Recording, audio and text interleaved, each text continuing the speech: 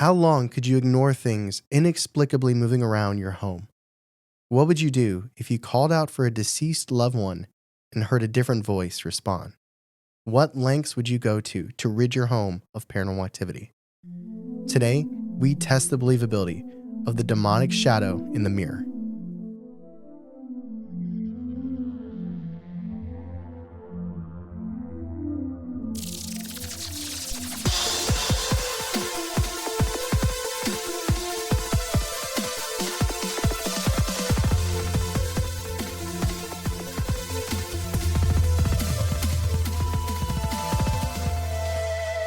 Welcome to Believing the Bizarre, Where we dive into the unknown and the unusual. and tell you whether or not we find it believable. That's right. Happy New Year. Oh yeah, and all our something's forgot. This is a song. Is it's it? the New Year's song? You know, it's 2025.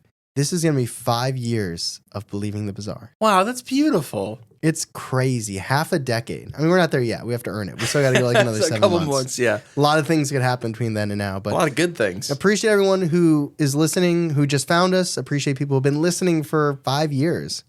That's wild. That's a commitment. Thank you. You know, I do want to shout out our newest patrons who some of y'all squeezed in at the last second. And if you listen to our last episode, we mentioned how it was the last episode last time where you could get the not tier pin if you joined last Tuesday because it was the last day of 2024. Yeah. And so if you joined that day and just happen to still exist the next day, you get both. And we're excited to announce our 2025 exclusive Patreon not tier pin is the Fresno Nightcrawlers. Which is much more exciting than it sounds. It's exciting to hear. Right, It looks really cool. Shout out Jalen. Jalen designed it. She's awesome. She helps us out in many, many ways. Mm-hmm. Also want to shout out our newest patrons, Breezy, Sir Gaz, Hound Skull, Chels, Picklevic, and Jim. Those are all names? Those are all, none of them were, well, Sir Gaz, Hound Skull is one. Okay. That wasn't for Sure. one syllable people that joined. Wow. But we appreciate you. Thank you so much for supporting the podcast. We think you're going to find a lot of exciting things there to consume your day with. To find titillating. That said, we have 2 listener submissions today. I didn't work on the episode at night, but it's one of those ones where I was taking a shower and I remember thinking like, I'm glad I didn't work on that at night. Oh, well, see, I feel like I'm too in a good mood for this. This sounds creepy. I'll bring you down. All right, so we got 2 listener submission stories for you this week. Sources include the 2 listeners. There is child violence trigger warning, but not for this one. This is the second story. Yeah, some time. I may or may not remember to say that beforehand, so I'm saying it now. That's good. This is when I chose to write it in my notes, so I blame Tyler from earlier. It's past Tyler's fault. Yeah. So this story is from Emma. It takes place in Colorado, and it is 2011 through 2018. Okay. Long time. So it stopped. So Emma used to live with her dad in Colorado, and since leaving, her family believes that there is an entity that is attached to her father. She acknowledges that after leaving his home, the experiences completely stopped, thus as your deduction of 2018. Emma's earliest memories of the paranormal came in 2011 when she was 6 years old, which makes me feel incredibly old. 2011? Yeah. God damn. She was living with her father and her stepmom, her younger sister who was 5, older sister who was 9, and brother who was 3. And it started with just little small occurrences, little sounds here and there, things moving around.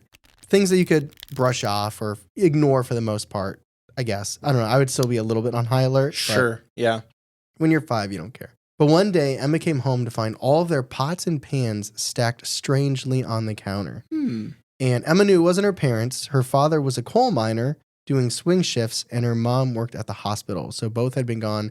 They left before she went to school, and they had not come home yet when she was coming back. It's terrible. And you just find all the... And it's like, you got to put them away. Yeah. You can't... okay, do you put them away, or do you save them to then show your parents, but then they're like, why didn't you put them away? That's bad evidence. It's not good evidence time because, they're going to be mad. They're going to think you did it. Why are you playing with the pots and pans? It's one of those things in like it's like Harry Potter with Dobby and the cake. It's like like even you can't prove things, it. Yeah, things you can't control happen, and it just makes you look bad. Yeah. I wonder if she put away the pots and pans.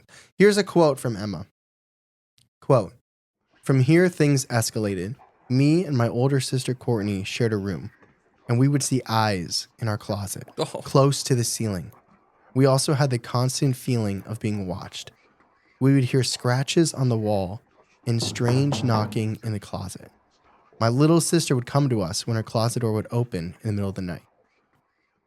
So that's a little bit more unquote than... What is... Okay, can I ask you? Yeah. What is strange knocking in the closet? It sounds like... It's probably just knocking. Any knocking. Yeah, any knocking but I hear like closet. a rhythm like... Like Onward with the dad. Yeah, 2 bits. I thought you were going to go Mario. Yeah. Yeah. I wonder if they would if you heard that. If you heard that and you're freaked out, but are you compelled to do the last? Yeah. Like if you hear it from the closet, dun, dun, dun, dun, dun, and you just... Yes. The ghost is like, nice. Gotcha. I would be freaked out. Yes. Yeah. Any knocking. Scratching. You never hear a good story with scratches in it. Right. That's true. So a few months later, they built a loft bed for Emma's little brother, and it was about 4 feet or so off the ground. Almost every night, he would get pushed out of his bed. And naturally, this is both frightening for her brother and the parents. So they installed a guardrail to keep him in the bed. I think I would just nix the bed, I think. Like the guardrail, like the same amount of effort it would take to build the guardrail, I think would just be like, let's just put it on the ground. Well, did they say it was like a space issue? Because like if it's a space thing, I kind of get that. It didn't say, but it could be. I mean, that could be a solution. I don't know. But either way, they put the guardrail up, but he still found himself consistently pushed out of the bed. When they woke him up, he was crying, and they saw handprints on his arm and back. Like something was literally lifting him up and then tossing him out of the bed. Guardrail is not guarding. No, not at all. Not at all. Bad defense. So everything came to a head when Emma's stepmom said that she was pulled by her feet at the bottom of the bed and woke up screaming and terrified. So, in a very non-horror movie dad manner, Emma's father got everyone in the house together and asked if they felt safe staying there. And everyone was like, no. So he decided they had to move. Yeah. I'm impressed. I think they were renting. I don't think they owned. I'm a little upset they waited until something actually happened to the mom. Oh, it's only believable the child being thrown out of the bed every night is not enough, but whatever. But I'm glad he asked. That is good that it's good of him to ask. Well, it's probably because he could leave their complaints, but the stepmom, she got his phone number. They ended up moving to a newly built duplex. And so they're thinking newly built, maybe less haunting. Probably. Maybe. Well, unfortunately, it seemed that they were not able to escape the paranormal encounters. So again, it started with strange noises and voices seemingly coming from nowhere. And they were heard by all 3 sisters who were sharing the same room. I don't know if space was an issue in the last house, but apparently if you have 3 sisters sleeping in one room, it's a little bit of a space issue. I feel like maybe they took a hit moving out. Maybe that's why. Well, yeah, I don't think they leveled up. You know, they probably broke their lease. Mm-hmm. So I get it. I get the space issues. Here's another quote from Emma. Quote, "We would all feel the sensation of being watched every night. And it got to the point where we had to constantly sleep with the door shut and locked. One night, I woke up and I heard a loud sound coming from the hall to my parents' room. I went to check it out, and my parents were asleep and everything was shut off. But then, I heard a strange, almost cat-like sound, and I never got up to find anything again." Unquote. Cat-like. Almost cat-like. Almost cat-like. Like it makes it just sound off. It's like a cat, but it's got bass in it. Like, yeah. No. Yeah, it's like those stories you hear where you're like, I woke up to my cat licking me, and then I remembered that my cat died. Like, you know, but I mean that's at least you could trick yourself into thinking that's the memory of your pet. Where this is, I don't know what this is. That's weird. That's really strange. So Emma didn't say if these encounters directly led to another move, but either way, Emma and her older sister Courtney ended up moving to Wyoming with her mom, while her younger siblings moved houses with her dad. And every now and then, Emma and Courtney would still visit their father's house. and they'd be accompanied by their 2 Great Danes, big old dogs. Big dog. Emma quickly noticed that the dogs avoided the basement at all costs. They would just simply sit by the door and tuck their tails underneath them. And here's another quote from Emma. Quote, "The first memorable thing that happened in this house is when I spent the summer with my father. Me and my little sister shared a room while my older sister had a room upstairs. My older sister, Courtney, would come and get me to sleep into her room with her. There was loud scratching on the walls. It was persistent through the whole night. We believed that maybe it was just an animal, but we never found signs of one. We would move her bed around the room, and the scratching would follow the bed, changing from wall to wall. Finally, one day my stepmom had to go get groceries, and the closest market store being another town over in Utah. It was just me and my 2 sisters. I was in my room in the basement with my little sister while Courtney was in her room upstairs, and her door was shut. We hear our front door open, and the dogs start to bark. Then my older sister screaming for me to come upstairs, and when I got up there, her face was in shock. The door had flown open, hitting the wall behind so hard, it broke a hinge and left a dent in the wall. We called for the dogs, who came over to us with their hackles raised. We took them to the front of the house, where our front door was wide open, even though it had been dead bolted shut. Only small things happened after this. Noises, doors slowly opening and closing. The next event was the last thing to have happened to my family. It was about 3 a.m. I was awake, talking to my cousin on the phone, and across the hall was my little brother's room. Everyone in the house was asleep, and I looked up because I heard something in my brother's room. I saw an incredibly dark shadow figure with a large skeletal head, no eyes, and extremely long fingers that wrapped around the door. It stared at me before retreating into my brother's room. I got up and looked in my brother's room to find nothing but just him sleeping. I immediately called my sister, and she answered the phone bawling. I told her what I saw, and she went silent and finally told me she saw the same thing sitting on top of her curtain rod watching her. Unquote. It's very descriptive. Large shadow figure, skeletal head, no eyes, long fingers. How is it sitting on top of the sister's curtain rod? I think imagine a gargoyle, crunched, hunched over, knees up. Yeah, I think it's hunched. That's how I see it. See, I was imagining almost like the door, coming behind it. But that makes sense too.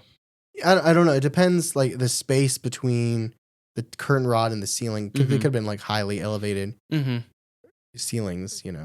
Ceilings. I wish you had an indoor basketball court. You know what I mean? Yeah. You know what I mean. So the next morning, Emma's dad showed everyone his leg. So this is the day after they see this shadow thing. Yeah. And his legs are completely covered in scratch marks. Oh, with the long fingers. And at this point, Emma's father started reading the Bible and praying every night and listening to Christian music, which I could assume is Reliant K. that is a jump to listen to Christian music. You're committing. Or Skillet. Or Skillet. Skillet. I like Skillet. Feel like a monster. Yeah, that one's a good one. Thankfully, shortly after those small changes, apparently everything stopped. There were no more noises, no more voices, and no more shadows. A little Reliant K and a little prayer before bed, and that'll do it. You're good, man. That'll do it. If I was a Christian band, I'd get behind that. That's how I'd be my marketing strategy. Yeah. Cure your house of long demonic figures. With what was that big song they did? I can't remember Reliant K. The one song they did that I kind of liked. They're not bad. I'm not making fun of Reliant K. There's the first Christian band I thought of, to be honest. Mine is Skillet. I saw Skillet once at I'm not getting into that in this, but I saw them once. Okay. So obviously we'll get more into this in the discussion, but what are your immediate thoughts? I'm wondering if he picked something up in the coal mine. Yeah. I wonder if something comes from underneath the earth and it's something maybe not even physical, but he brought it from the coal mine. A lot of things come from coal mines. A lot of money. It's mostly money. Mostly money, sometimes demons. Yeah, so that's my initial thought. There's a give and a take in every job. That's true. So, no, I mean, I didn't think about that. That's a very good observation in theory, because you would assume it came from somewhere. Yeah, because otherwise this came out of nowhere, and that doesn't make sense. And And even Emma's making the argument that it's not the house because it followed them. She thinks it's the dad. Yeah.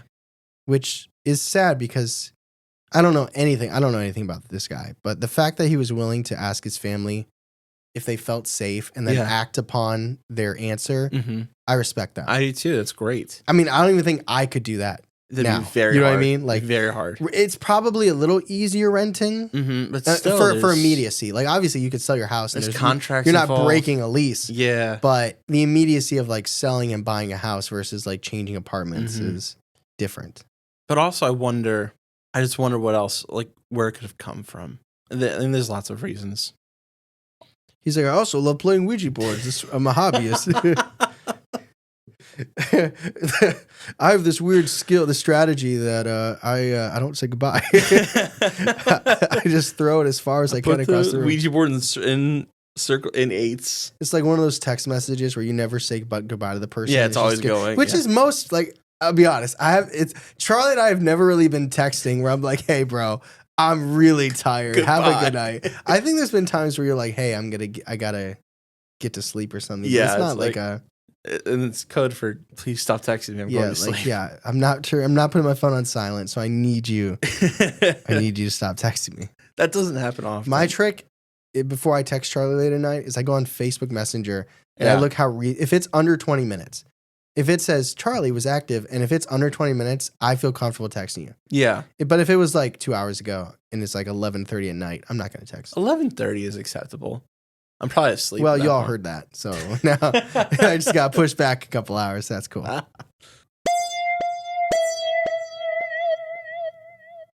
right. The second story for today's episode comes to us from Richard.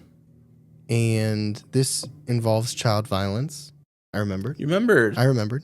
First story didn't go as long as it could have. So I remembered. It doesn't feel like it was that. Sometimes it feels like there's a long time. This didn't feel like a long time. Yeah, it was quick. It was a surprise how fast it went. But very excited to hear about this story. Yeah, I mean, I normally obviously I'm going to tell you it's a good episode. And I'm going to, I think. You're going to hype it up. Yeah. But I mean, I'll also be very honest. Not every episode do we cover. And then I'm like actually freaked out after. That's fair. And there's moments of this one where it's definitely like, it's creepy. This is pretty creepy. Also, and I got to find a time to show you, and maybe I'll just ask you how you want to do this. There is paranormal activity in this story. Obviously, that's why we're covering it on the podcast. Yeah. But that's the theme. It's like we're hauntings. It's more than hauntings, but there is hauntings in this. Uh-huh. And in Richard's submission to me, he said, I have videos. Oh. Do you, if you want to see them, let me know. And so I hit him up, and he was like, I have a playlist. It's on YouTube. A playlist. Okay. So, do you want to watch it after? Do you want to watch it like when are they relevant to the episode? Near the end. I guess let's tell the story first, then we'll go through them. Okay. So Richard's story takes place in LA. Los Angeles. Sure. 2017 to 2023, which I'm not saying there's a connection, but that is around the same time that we let LA borrow LeBron. You think LeBron is haunted? I'm just saying. No, it's haunted by his son. The first story that we did today, Emma's. I mean, I like the coal mine theory, but it is just kind of like a where did this come from? Mm-hmm. This one, you're gonna know where it came There's from. a reason. There's a reason. I was gonna ask you. There's a reason. Okay, I'm excited. There's a reason. I'm excited to know. I like answers. Yeah, this is gonna be. I'm not gonna preface. Well, okay. You'll hear what it is when you hear it. So, how intensive was this experience for Richard? He ended up having 3 exorcisms done in his home. God. Oh, shit. Yeah.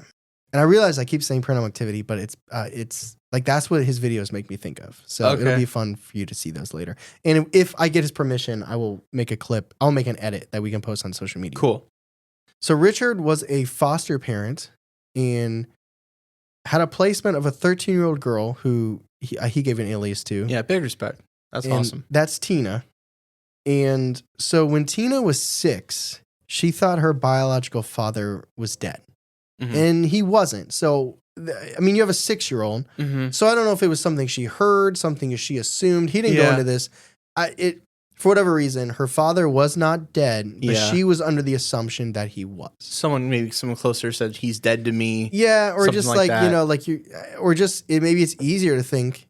In all honesty, he's dead rather than doesn't want you. Yeah. You know what I mean? And maybe that's not the case. Maybe it was like Something other else, things, other factors, health, sure, mental health, Yeah. other kinds of health. Either way, she's like, okay, he's not here anymore, Mhm. and that means he must be dead. So I'm gonna try and contact him in the spirit world. So she would just kind of like call out and hope to have her father respond. And I don't know exactly what this entails. Like, it's not like it's ritualistic. She's got all of her stuffies in a circle and she's lighting candles. Like, I don't think that's the case. I think what it is it comes back to one of our favorite words on this podcast. Intention. I think totally think that. Intention. So she's calling out, she's trying to reach her father, and she never hears a response until one night when she finally does. She asks, is there someone there? And she hears a voice saying, I am here. Oh, no. The voice told Tina that its name was Melable and that it would always protect her. And here's a quote from Richard. Quote, Tina claimed that from that day forward, whenever she looked into a mirror, she would see a demonic-looking shadow woman out of the corner of her eye with sharp teeth and black, hollow eyes. She claimed that if she stared into the mirror for too long, Melable would take control of her and make her do things. None of this was told to us, of course. While she was in my home, Tina displayed something akin to dissociative identity disorder, in which she had different handwriting, different manner of speech, even a slightly different voice, as well as what I assumed was schizophrenia. Yeah. Unquote. Whoa. Yeah. So, and just because I might be saying it wrong, I just want, in case there's people out there who know way more than I do, which is probably most of you, Melable, I'm saying it is Melable, and that's how Richard wrote it and was presented to us. Okay. Melable. I say that because if I search that, There's nothing. No it wasn't. for that. It wasn't like we had one recently that you covered, right? Where it was like this guy, the demon. Yeah, I don't remember it. Well, no, we don't need to say it, but the girl said that it was the demon, but it was like this name, which is short for this, which is the Lucifer. Yes. Not Lucifer. I know what you're talking about. Yeah, that was another possession survivor, I think. The possession survivor. That's right. Melable sounds a little bit like Mephistopheles, which Because of the M. no, I mean I hear it a little bit in the Elable. Oh, I don't know. In description, like what I described, does it sound right? I mean that is, it's not really described. Mephistopheles. Do you know where that's from? No. It's from Dr. Faust, and that's the demon that Dr. Faust makes the deal with. I wonder if there's any connection there. Maybe. So Richard had another foster daughter who he used the alias Jessie. And Jessie was absolutely terrified of Tina. In fact, she often begged to sleep on the floor of Richard's room to avoid Tina. And this troubled Richard. And years later, he found out that Tina would spend the evenings talking to something in the mirror. Sometimes Tina would just stand in front of the mirror without so much as like a single shift of weight or like a muscle twitch for just hours, staring at this mirror and making strange noises. But again, Richard did not know this at that time. Yeah. And he remembers one day when Tina and Jessie were supposed to be playing, Tina made Jessie so upset that Jessie cut herself with a razor. And blood was pouring from Jessie's legs and arms. And apparently when Tina saw it, she went into this like trance-like state. And Tina found herself staring at the mirrored closet doors and just started banging her head against the wall. And that night, Tina asked Richard to cover up all of the windows. And there's no closure on that statement. That's just... Okay. She said, cover all the windows. And he has no idea, even still. Did he do it? I don't think so. Okay. We're going to pass tonight. Yeah, that's one of the things about this that is interesting, because we are talking about children, but Richard doesn't just give in. And I could see how some people might find that, not giving into like a demon or anything like that, but just like... To a child. You know what I mean? I could just from afar... There's certain things that'll happen that maybe seem a little insensitive or cold, but it's like, you're not there. And it's a whole situation, especially being a foster parent. Yeah, the whole thing is, there's a lot of eggshells, like dinosaur-sized eggshells you're walking on here. So a short while later, Jesse left Richard's home, and he didn't exactly say why, but I'm assuming safety was probably a certain consideration in that matter, in the fact that Tina and Jesse just didn't get along. Yeah, that's an understatement. Yeah. So here's a quote from Richard. Once Jesse left, Tina became worse. She would laugh maniacally at random, would talk to herself. She did terrible things to my cat. And then on Thanksgiving of 2017, she had a complete mental breakdown. The night before Thanksgiving, I asked her to help me with the dishes, and she told me, "Why are you even asking me if you're just going to force me to anyways?" And I was confused because I never did this. She started fake hiccuping, and I was trying to ease the tension a little bit, so I said her hiccups were fake as a $3 bill. And then Tina slammed the refrigerator shut and glared at me with hatred, her hand still gripping the handle. And she said, "Don't you ever call me a liar." I don't even remember what I said or if I said anything at all to that. Then, in a different, robotic and devoid of emotion voice, she said, "Do you need me for anything else?" Confused, I said, "No." Then she added, "Can I go to my room now?" And I told her she could. A few minutes later, she began throwing everything around her room and flinging her arms back and forth while doing what sounded like a cross between screaming and growling. It was so loud and destructive that I actually put my phone in my front jacket pocket and started recording so I could use it almost like a body camera to show her social worker why she needed to be removed from my home. Tina somehow pushed me, standing at 6 foot 230 pounds, so hard that I flew back 4 or 5 feet and almost knocked over a heavy vase. She began screaming and crying and genuinely seemed like she didn't know where she was or what she was doing.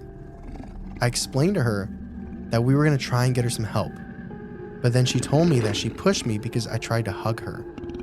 And I protested, but she began making up stories, so I showed her the video of her acting out. Suddenly, she looked down at the floor with her mouth wide open as if she was going to scream, and she grabbed her ears.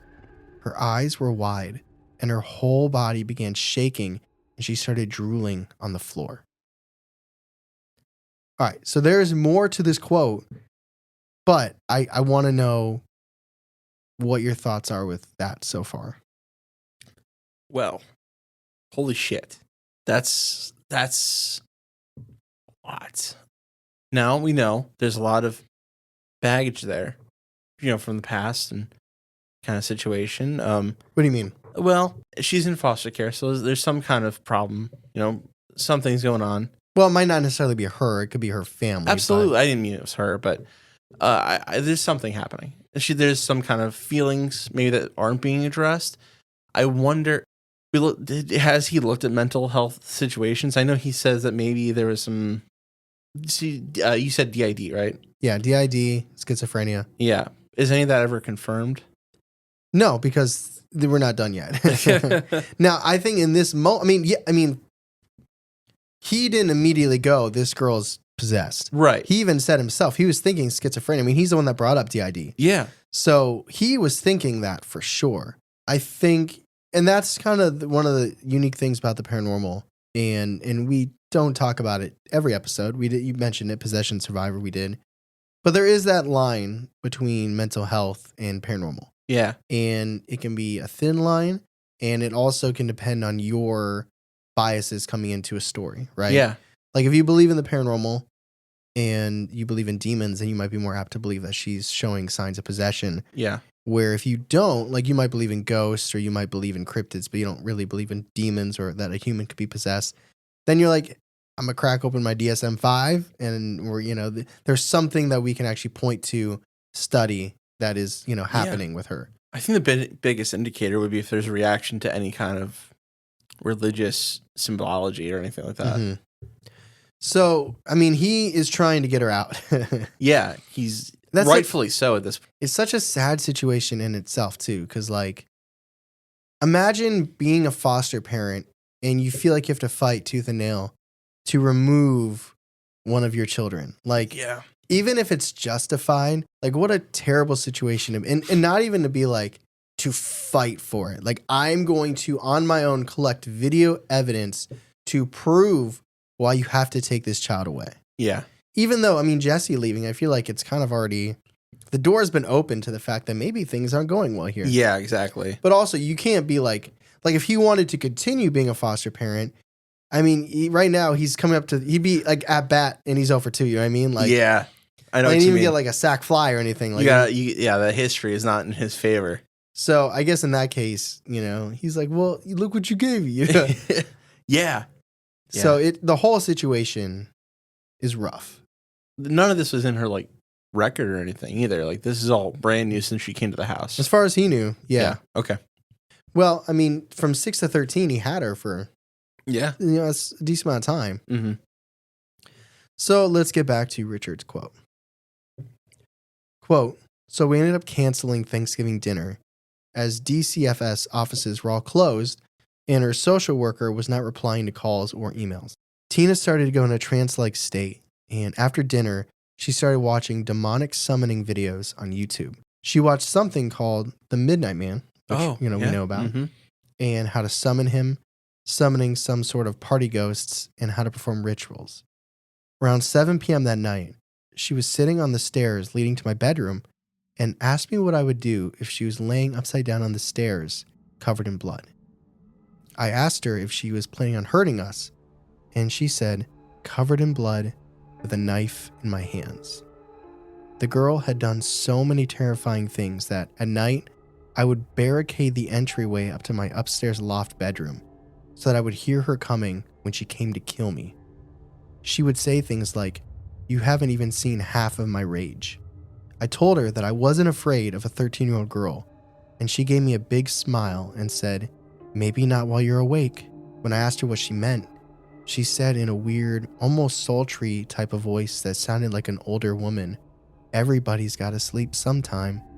And then she started laughing. So, eventually Richard was told by Tina's social worker to remove all the doors in her room so that they can keep an eye on her at all times, and was also instructed to lock up all knives and sharp objects. No?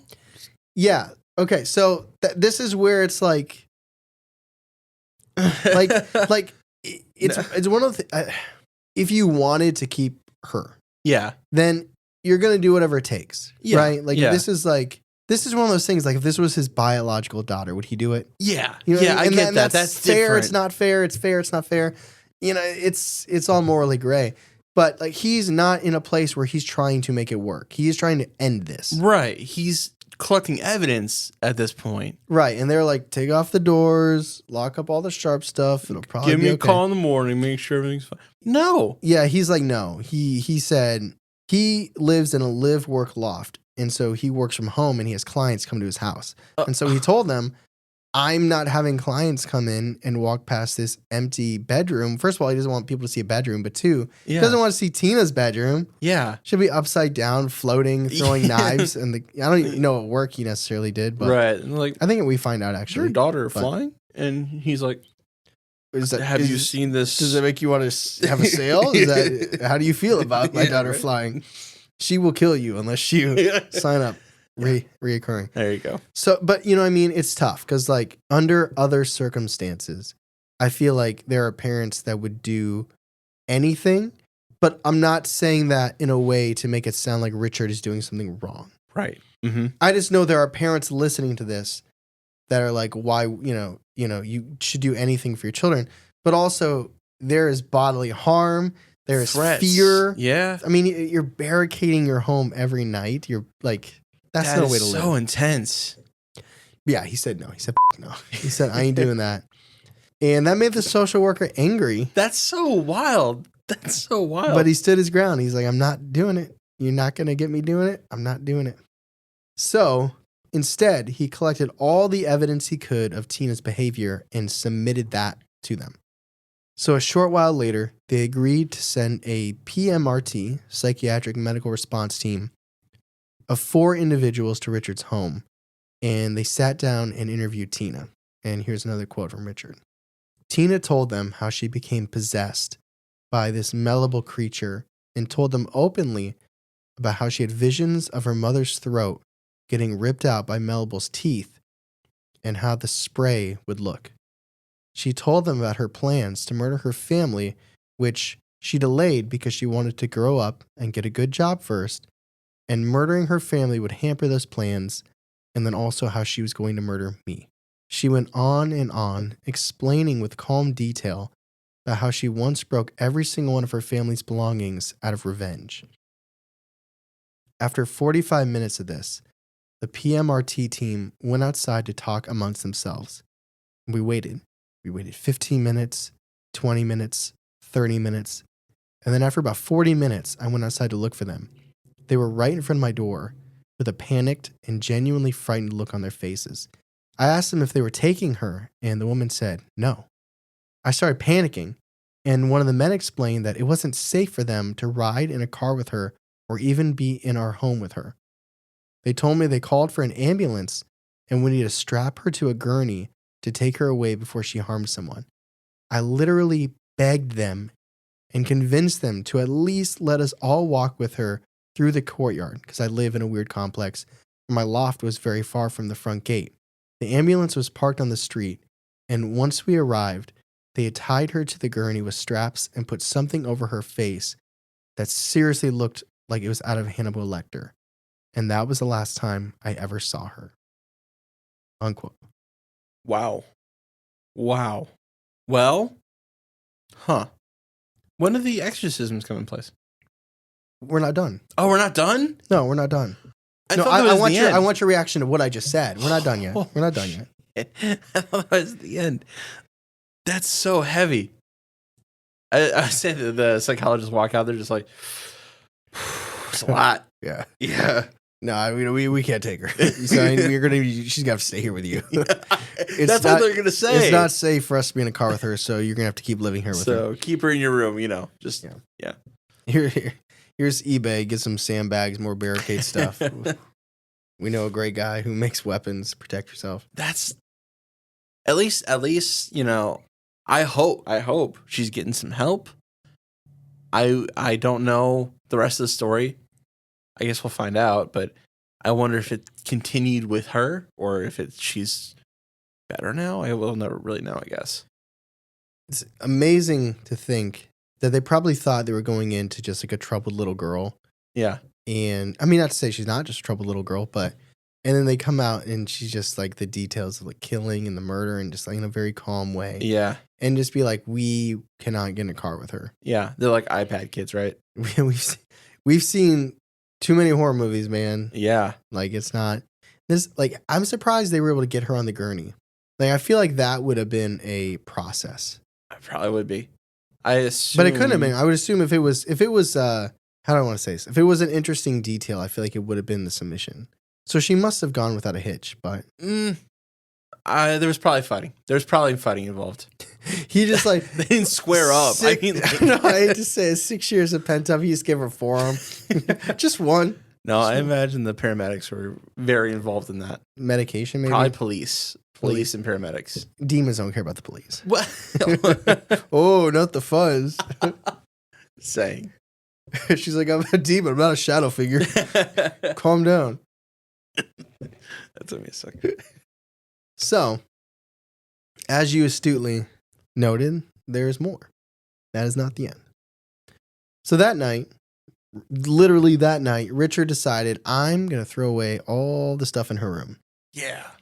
And it was trauma for him. And he admitted that. He was traumatized from the experience, and he decided from that moment on that his fostering days were over. Which is a shame. Yeah. Because it is, a really beautiful thing to do that. But also, given what he went through, I don't really blame him. That's got to be so much in that. A lot of, there must be almost an aura in the home after that. There's something. So, he's going to clean out her room when something strange happens. None of the lights will turn on in Tina's room. Not the lamps, not the overhead light. Nothing. So he's just like, okay, it must have been a breaker, and he'll just clean it out the next day when it's daytime. The next day, all the lights are on in the room, And he kind of shrugs it off, but he decides to turn that room into a storage room. So he puts 2 big external IKEA closets in there, and he also uses it to store equipment. Apparently, he's a photographer on the side. And I don't think that was his job. Maybe it was. He made it sound like that was like his side thing. I don't think that his clients were coming in and being like, I need a portrait right now. And there better not be any possessed little girls in here, or I will take my business elsewhere, sir. Probably. So, the first strange moment after the whole lights thing was this moment when he's putting away his equipment, his camera equipment, and his little kitten, which, by the way, I mentioned earlier, he was very vague that she did terrible things to the cat. Yeah. But the cat didn't die, and he's talking about a kitten now. So I don't know if it's the same cat or the cat's kitten. There was no cats or dogs were killed in either of these stories. So the kitten was poking around the cabinets, and he's like, I don't want my camera stuff to fall and hit my cat. So he closed all of the cabinets in there. Yeah, that's what he does. He said he turned to get the cat and wasn't turned around for more than 30 seconds when he looked back and everything was open. All the cabinets, all the drawers, everything in there open. Man, wide open. If I was a coach, that's the red flag coming out. Red flag, you're challenging? Challenge that, yep. Red flag. I think it's the yellow flag. It's encroachment on the demon. So here's a quote from Richard. That night, I heard running up and down the stairs and banging in the little storage closet under the stairs. I started hearing dishes and glasses rattle, and the lights would turn on and off. I could feel something there with me, and so after a couple of weeks, I decided to move into the unit right next to mine, which was larger. Everything was okay for about 5 or 6 days until one night, I was watching a movie, Quiet Place, with my ex on the projector. There was a projector with a Fire Stick and a home theater speaker. The projector and the speaker had separate power buttons, and the Amazon Fire Stick was powered by the projector's USB port. I turned them both off. About 20 minutes after I fell asleep, I was woken up to the sound of really loud music.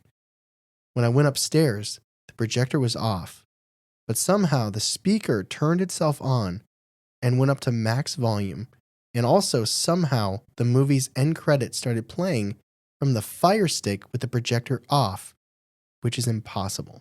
From that day forward, we started hearing voices talking to both of us, and I started seeing things move out of the corner of my eye. We smelled rotten meat one night, and then when I had a friend over, who actually would later become my current wife, a bottle of sriracha moved by itself, and they encouraged me to download the footage of all this happening to my phone.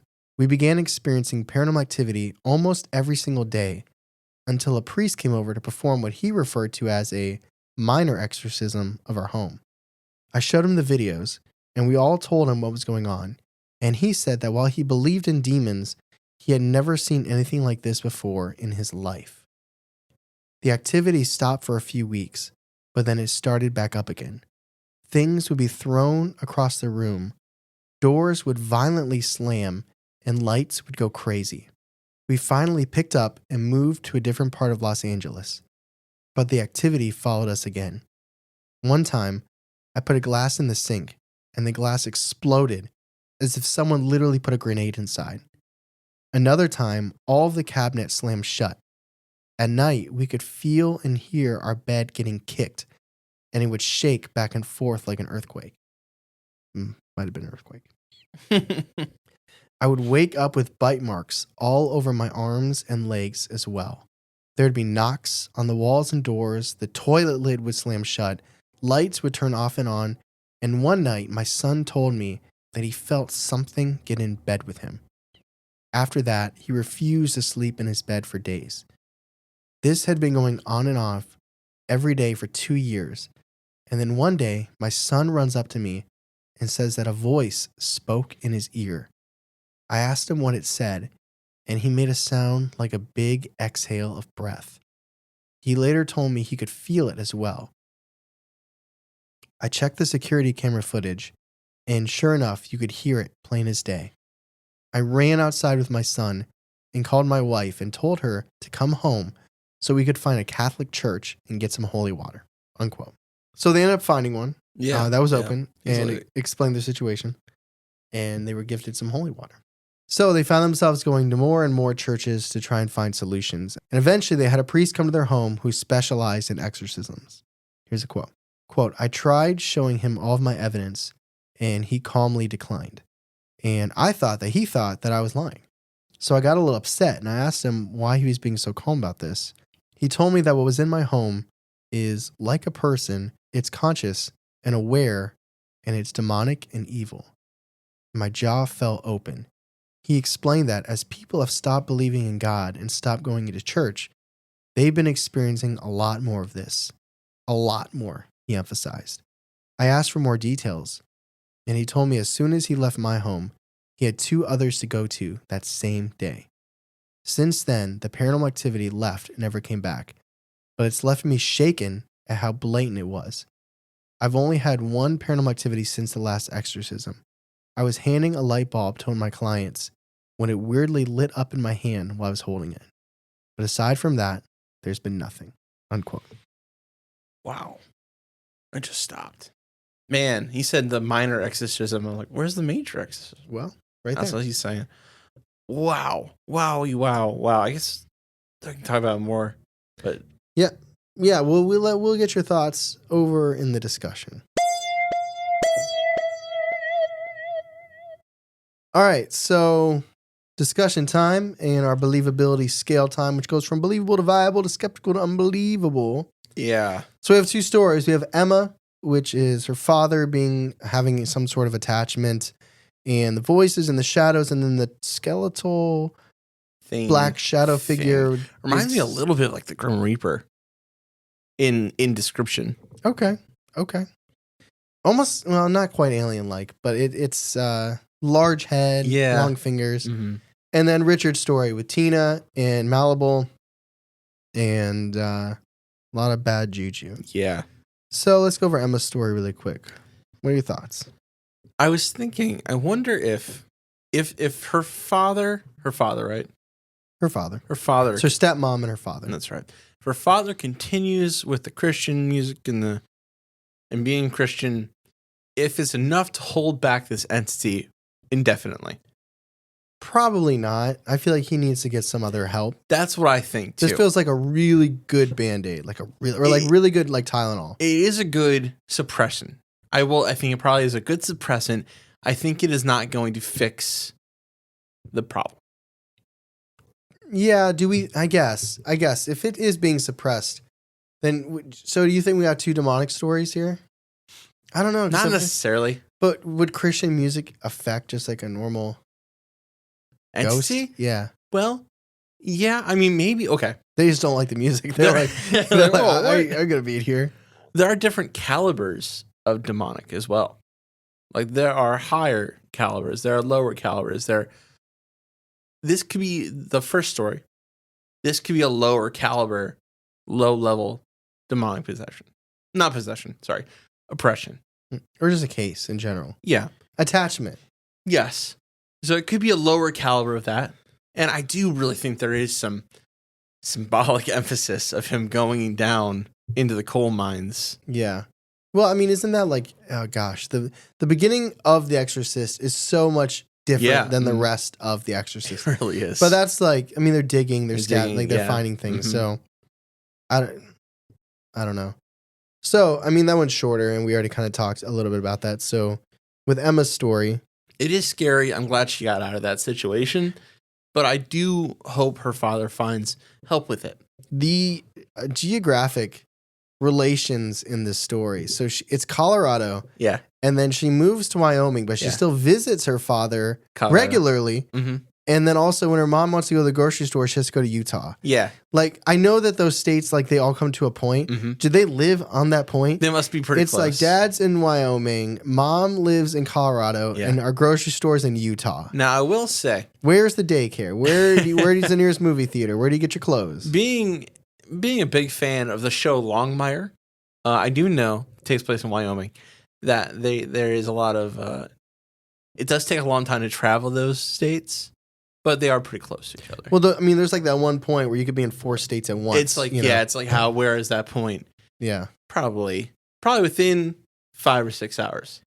Yeah, I'm hoping. I'm hoping. I mean, why? I'm assuming there's more distance between the father's house, the mother's house, versus hopefully the father's house and grocery store. Probably about an hour or so. If it's in the country. Could you imagine being 10 minutes? You left, you come back 10 minutes from home, and you forgot like onions, or you forgot potatoes. Imagine that DoorDash order. Oh, you're not DoorDash. No. Tip is $45. $400. Jeez. It was cold when it got here. I send it back. So where do you put Emma's story on our believability scale? Oh, I believe it. I go believable. I think the dogs alone are really good proof. Yeah, dogs know what's up. Mm-hmm. Them Great Danes, they wouldn't mess around if it wasn't. They'd go down that basement. Yeah. And they're just like, oh, I don't like this. I mean, how many people experience something? All of them. Every single one. Not even the necessarily stepmom. The same thing, but yeah, it's not. It got to a point where they didn't feel safe in that house. I mean, granted, that didn't fix the situation, but they all experienced something. Child's getting thrown out of bed.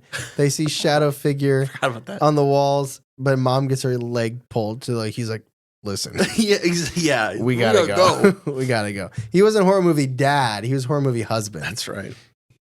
All right. So then Richard's story. So we have Tina, her trying to, I mean, it's sad because it's also rooted in a child trying to get her father and who wasn't even dead. Yeah. Like, well, it could have all been for naught. You said it already, The Exorcist. Well, the story of the real story of The Exorcist, where he tries to use the Ouija board to talk to his dead aunt. Yeah.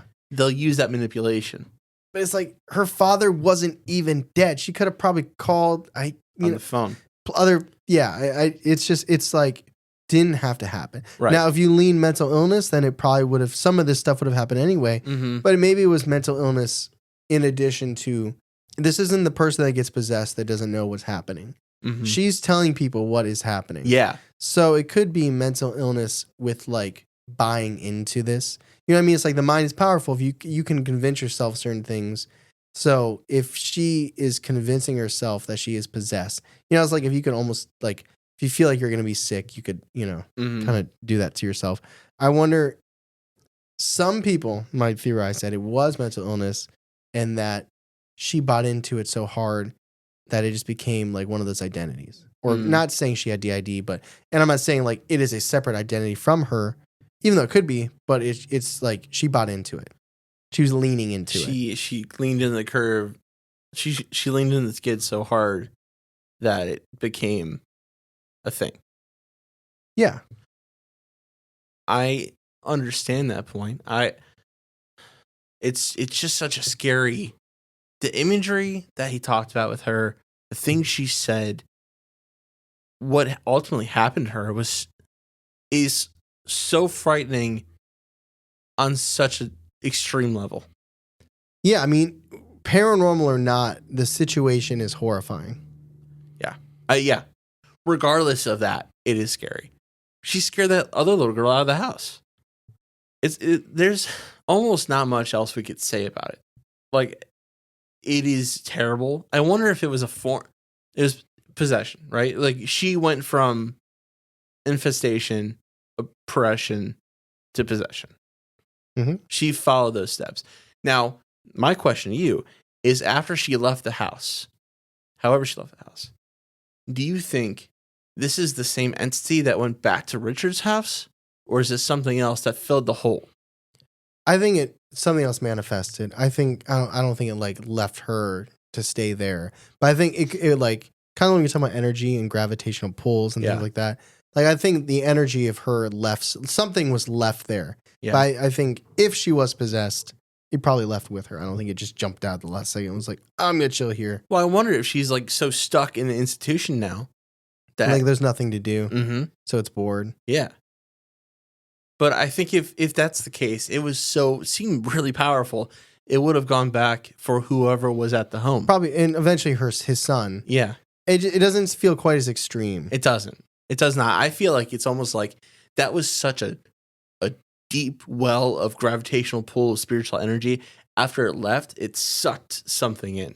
Yeah. Not as powerful, I will say that. But I think the most skeptical part of me is that it could be mental illness and she was feeding into it. Like, she's looking up YouTube videos about rituals and possession. Mhm. So like a young mind is so like, I mean, you can transform it. Impressionable, Yeah, it's malleable. impressionable. So like, I think if you truly did not believe that there's anything paranormal here, I think there's something to say about, her leaning into it that way in addition to mental illness. But I would say the two things, so there would be two things I would say if you're feeling skeptical. But the two things for me, for why I think that it is paranormal, is one, everything that happens after the fact. Like his house, his area became haunted and it followed him. Mhm. But also the extreme strength. Yeah. There's really, like, I know adrenaline is a crazy thing, but the fact that she shoved him, and I mean, if you're a 13-year-old girl and he's 6 foot, 230 pounds, and he got thrown back and almost broke a vase, Mhm. I mean, he could have stumbled, but it's, that's typically, that's a sign of possession. It is. And also, we heard things on those cameras. We heard knockings. Oh, yeah. Well, let me say one more thing and then let's talk about that because you did watch them. I think that one of the biggest imagery, like when I was saying, I was thinking earlier, I'm like, I'm glad I didn't do this story when it was dark out. Yeah. Is when she comes to, I say that loosely, and she's like, "What happened? You were trying to hug me, so I was just pushing you away." And he's like, "No." Oh, no. I know exactly what you're going to say. And he shows her the video, Mhm. and her response is like, quietly, silent scream, mouth agape, eyes wide, covers her ears, and starts drooling. That image is terrifying. So scary. Like that part, that's what I was thinking about. And I'm just like, yeah, I do not like that. That's so bad. It's like, what is going on? Like, what is making you do that? It doesn't necessarily have to be paranormal, but it is spooky. It is very spooky. But let's get to what you were just referencing. So Charlie, I mean, this dude literally has security footage. It is like Paranormal Activity. He's got the camera inside the house and he catches certain things. He saw the movie. He's like, bet. Yeah. So I showed you some of the videos that he sent me. And if I get permission, I will post some of them. But if not, then obviously I'm going to completely respect his privacy. Mm-hmm. But what were your thoughts, and describe some of the videos that we watched? Sure. So there's like 3 or 4 that we saw where things just move by themselves. A bottle cap or like a baby bottle flies up. A box falls off a chair. Mm-hmm. The one that was the strangest to me was the door that just flew open. Door opens. It was just so fast and sharp. And then there were a couple audio ones. There was kind of like a... Mm-hmm. And then there was knocking. It took us a second. It's a very distant thud. Yeah, I didn't quite hear it at first, but it's just like... Well, I was listening at first for like a real knocking, but it's just like a very distant like thud. It was like a thud, yeah. Thud, thud. Yeah, definitely if you were doing onomatopoeia, it'd be thud. But we'll call it knocking. But what are your thoughts on all of that? Okay. They're not impossible to fake, but they're a lot to do. Like, they wouldn't be easy things to set up.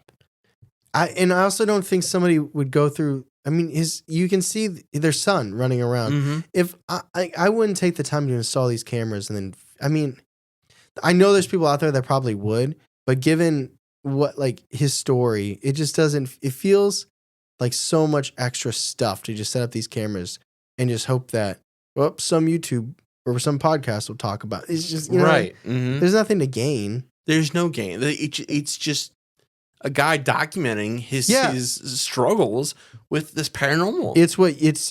I mean, there's evidence of it in the episode. He puts the camera in his pocket to show her, to catch evidence of her behaving a certain way. Yeah. So this is just him on a grander scale. Be like, okay, obviously this is what he does. If paranormal stuff is happening every single day, eventually you're going to be like, I'm just going to catch it, Yeah.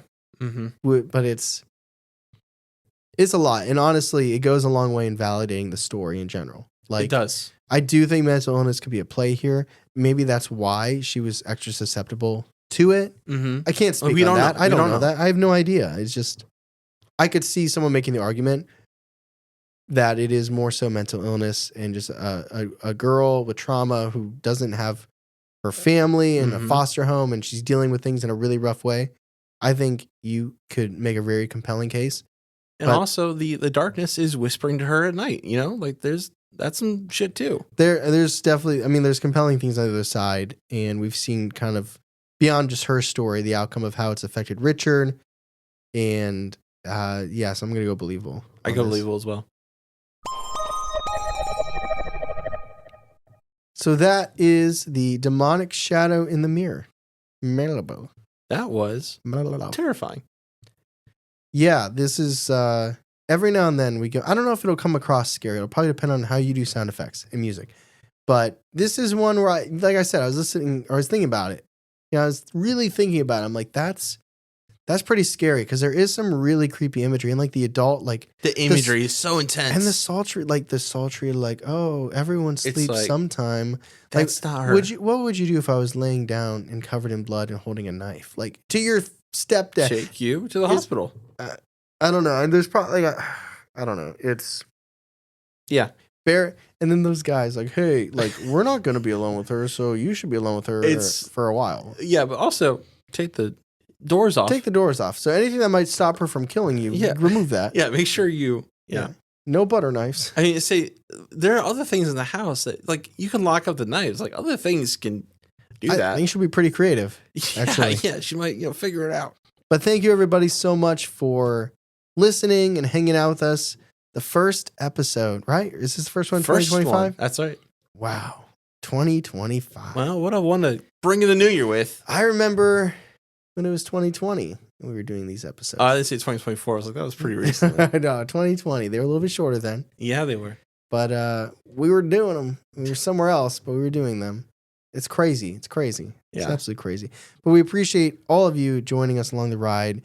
Now remember, our new exclusive Patreon pin is now live. It is Fresno Nightcrawlers this year. Yeah. The design will probably be up on Instagram or should Facebook. be me breaking their legs. That'd be funny. We already have a shirt of that. We don't need it to be a pin. They get to live in pin form. And also, if you're enjoying these shows and you're on Patreon, if you go on Patreon, you can get these episodes ad-free, no pesky ads, and sometimes a little bit sooner than normal. Typically Mondays now. Mm-hmm. If you're liking the podcast, if you're on Apple, you can leave a one-time comment review of the whole podcast and 5 stars, and that means a lot. If you're listening on Spotify, you can comment on every single episode. Yeah, what are some comments from this last episode? What was our last episode? It was the Manhattan Abduction. Alien Abduction. We're trying to remove it from true crime. Manhattan Alien. You're right. Yeah. Middle of Manhattan, there's an abduction. Linda and Carol was a hater. So Hannah Faye says, such a good episode. Love listening to you guys on my drives. Cody says, I'm 100% going believable that Wembenyamba is a hybrid. What do you rank it? I said Wemby is 100% hybrid, but also a lot of fun to watch. Yeah. And oh my God, Len I think it might have auto-corrected, but Len Jamarillo, 85. If I said that wrong, even if it wasn't auto-corrected, I probably would have said it wrong. Says, great episode. I love the New Year's resolution message at the end. Have a great new year. Yeah. And if you leave comments on this episode before next episode, you might have your comment read too, but we have to read them because we have to publish them manually. But we love seeing, the comments directly, specific ones for each episode are fun. Mm-hmm. And we appreciate it. And it's a little bit of extra discourse we can have about the episode. But we appreciate you listening. We hope you have a great start to 2025. And as always, I'm Tyler. And I'm Charlie. And catch us next week on Believing the Bizarre. Podcast as bizarre as you are.